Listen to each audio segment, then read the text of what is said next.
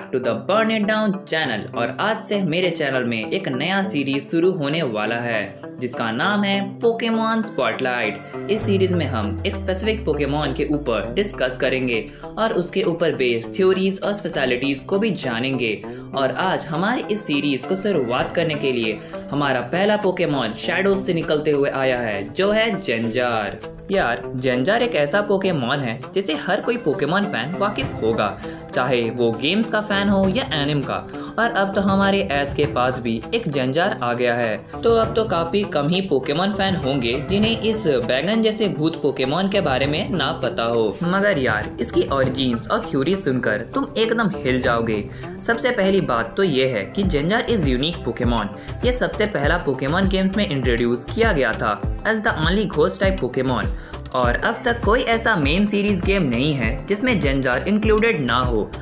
और इतने सारे सालों बाद भी हमें अभी तक जेंजार और उसके इवोल्यूशन लाइन की तरह घोस्ट पॉइजन टाइप वाला पोकेमॉन नहीं आया है, यानी कि इसकी टाइपिंग सबसे यूनिक है।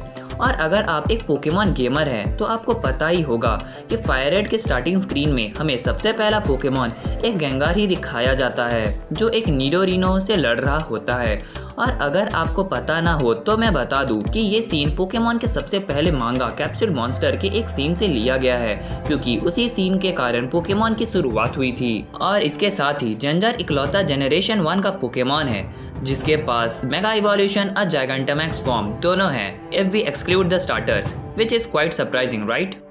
अब आपके मन में यही क्वेश्चन आया होगा कि यार सिर्फ जेंजार को ही इतने सारे पावर अप्स क्यों मिले, और इसका सिंपल रीजन है because he is the favourite Pokemon of Ken Sugimori, जो हैं chief illustrator and experience director जिनका काफी बड़ा हाथ रहा है पोकेमॉन के क्रिएशन में। और ये बात भी काफी ऑब्वियस है कि तुम अपने फेवरेट पोकेमॉन को स्पॉटलाइट में ही रखोगे। अब बात करते हैं इसके रिलेटेड थ्योरीज के ऊपर, और इसके ऊपर जो थ्योरीज हैं वो बस जेंजार को कवर नहीं करते बल्कि इसके प्रायर स्टेजेस यानी कि गैसली और हंटर्स को भी कवर करते हैं। और इन थ्योरीज की स्टार्टिंग होती है गैसली से, जो है जेंजार का फर्स्ट स्टेज।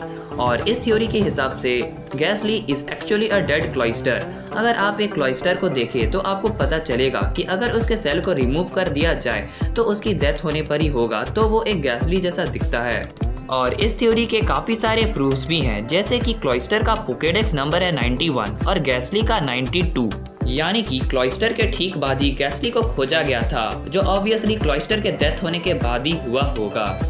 और हमें क्लॉइस्टर के पोकेडेक्स एंट्री में भी काफ़ी बार ये बताया गया है कि क्लॉइस्टर के अंदर का कंटेंट इज़ अननोन, और उसके अननोन रहने का कारण ही यही है कि ह्यूमंस लोग को अभी भी नहीं पता कि क्लॉइस्टर का डेथ होने के बाद वो गैसली में इन्वॉल्व हो जाता है। और इसी थ्योरी के साथ चले तो हमें ये भी समझ आता है कि क्यों जेंजार जहाँ पर भी प्रेजेंट होता है वहाँ का टेम्परेचर क्यों डिक्रीज हो जाता है, because Gengar is a evolved form of Gastly, और गैसली एक आइस टाइप पोकेमॉन के डेथ होने से बना था, इसलिए वो अपने आसपास के टेम्परेचर को डिक्रीज कर देता है ताकि वो वहाँ पर कंफर्टेबल महसूस कर सके।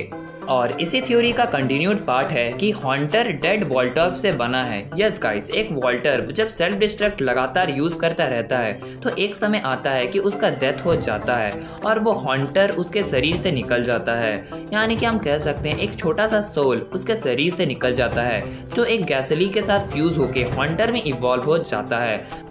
और ये बात हम प्रूव कर सकते हैं by comparing Haunter's and Walter's eyes. So या अभी तक हमें इस थ्योरी से ये पता चला है कि गैसली अपने नेक्स्ट फॉर्म में जाने के लिए सोल एब्जॉर्ब करता है, उसी तरह अब हॉन्टर को भी उससे भी ज़्यादा सोल एब्जॉर्ब करना होगा ताकि वो अपने लास्ट स्टेट यानी कि जेंजार तक पहुँच सके। और जेंजार बनने के लिए वो यूज़ करता है क्लिफेबल का सोल। यस गाइस, जनरेशन 1 का फेरी टाइप पोकेमॉन क्लिफेबल का जब डेथ होता है तो उसका सोल भी एब्जॉर्ब हो जाता है हॉन्टर के अंदर और वो इवॉल्व हो जाता है जेंजार में। और ये बात भी प्रूफ हो सकती है by looking the similar features of both the Pokémons. ये दो पोकेमॉन अपीयरेंस में तो एक जैसे है ही, मगर इनके कैरेक्टर में भी सिमिलैरिटीज है। जैसे क्लिफेबर को भी पर्सन्स के सामने आना अच्छा नहीं लगता और वो हाइड होते रहता है, सिमिलर टू जेंजार जो खुद को शैडोज में हाइड कर लेता है। So conclusion of the theory is एक गैसली क्लॉइस्टर से निकल के आता है और उसके बाद वो अलग अलग पोकेमॉन्स के डेड सोल को अब्सॉर्ब करते हुए अपने आखिरी स्टेज यानी कि जंजार तक पहुंच पाता है। तो गाइस आपको क्या लगता है, ये सारे थ्योरीज सच में हैं या ये सारे सिमिलर फीचर्स जो इन पोकेमॉन शेयर करते हैं ये पोकेमॉन के इलस्ट्रेटर्स लोग की लेजीनेस को दर्शाता है? और आपको आज की थ्योरी वीडियो कैसे लगी और इस सीरीज के बारे में आपका क्या कहना है ये भी आप मुझे कमेंट बॉक्स में बताना। और अगर आप चाहते हैं मैं कोई दूसरा पोकेमॉन रोम हैक भी खेलूं तो यार तुम वो मुझे कमेंट बॉक्स में सजेस्ट कर सकते हो। बस उसके 2 कंडीशंस है, वो रोम हैक कंप्लीटेड होना चाहिए और वो रोम हैक इंग्लिश में होना चाहिए। So yeah thanks for watching and meet you guys in the next video. Till then peace out.